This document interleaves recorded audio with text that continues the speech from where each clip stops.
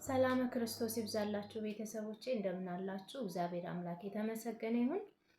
ሁላችሁም ይህን ቪዲዮ የምትመለከቱት የምታዩት አሁንም እንደተለመደው ሼር አድርጉልኝ ማለት ነው።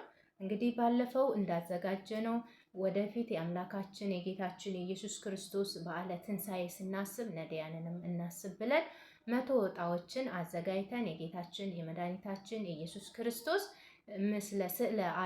ስለ አድኖ አዘጋጅተናል። ያም ደግሞ 500 ብር ነው። ይሄን የምናገኛትን 500 ብር ለነዳያን ነው የምናውለው ማለት ነው። ሁላችሁም እንደተለመደው ሼር እያደረጋችሁ ከ100 ዕጣ ውስጥ 88 ተቆርጦ 12 ምናምን ቀርታናለች።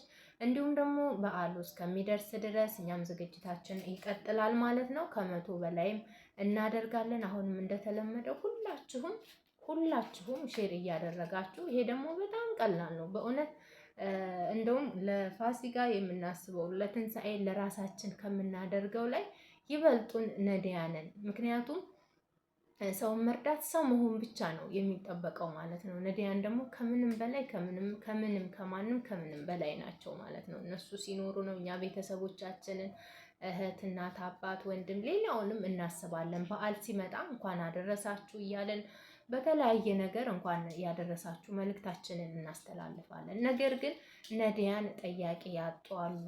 በቤት ውስጥ የዋሉ አባቶች አሉ። በቤት ውስጥ የዋሉ እናቶች አሉ። እንደኛ ደግሞ ሰርተው የትም ቦታ ሄደው ተምረው ምን ብለውም ሰርተውም በተለያየ በስራ መሰማራት የማይችሉ የአልጋ ቁራኛ የደዌ ዳኛ የሆኑ የኛ ኩዮች እህቶች አሉ፣ ወንድሞች አሉ።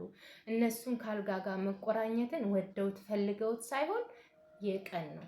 በቃ ምንም ማድረግ አልችልም። ነገ እኛም እጣ ፋንታችን ህይወታችን ምን እንደሚሆን ነገ ምን ይዘውብን እንደሚመጣ የምናውቀው ነገር የለምና ፕሊስ ሁላችሁም በተለይ እኛ ይሄን አስተዋጽኦ የምናደርገው በሞዬ በአርሲ ዞን በጮሌ ወረዳ በሞዬ በሳሞ ልቆ ሞዬ ጋዶ መጥመቀ መለኮት ቅዱስ ዮሐንስ ቤተክርስቲያን ነዳያን ባሉበት ቦታ በዛ አካባቢ ያለን ልጆች በጣም ብዙ ልጆች ቪዲዮውንም እያያችሁ ዝም ብላችሁ የምታርፉ በጣም ብዙ ልጆች አሉ። በእውነት እኛ ግዴታ 500 ብር ያደረግነው ከ500 ብር በታችም ከ500 ብር በላይም አይደለም ማለት አይደለም፣ ግዴታ አይደለም። እናንተ ካላችሁ ላይ 30፣ 50፣ 60፣ 70 ዛሬ 100 ብር ብንሰጥ ራሱ አንድ ሳሙና ይገዛልናል። ያቺ ደግሞ እነሱ ማግኘት የማይችሉ ናቸው እና እባካችሁ ከምንም እና ከማንም በላይ ነዳያንን እናስብ።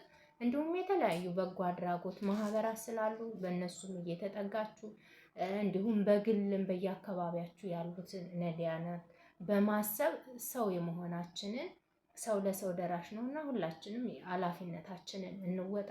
እንዲሁም እናንተ ደግሞ ባይመቻችላችሁ ማውጣት ባትችሉ ሼር በማድረግ በጣም ደግ እህቶች፣ ወንድሞች፣ አባቶች፣ እናቶቻችን ስላሉ ሼር በማድረግ ተባበሩ። እኔ ፎሎ አድርጎ አይደለም የምላችሁ፣ ኮፒ ሊንክ አድርጎ አይደለም የምላችሁ፣ ሌላም አይደለም። ሼር ብቻ አድርጋችሁ ለበጎ ሰዎች እንዲደርስልን ሼር እንድታደርጉልኝ ነው። እሺ፣ ሰላም ክርስቶስ ይብዛላችሁ።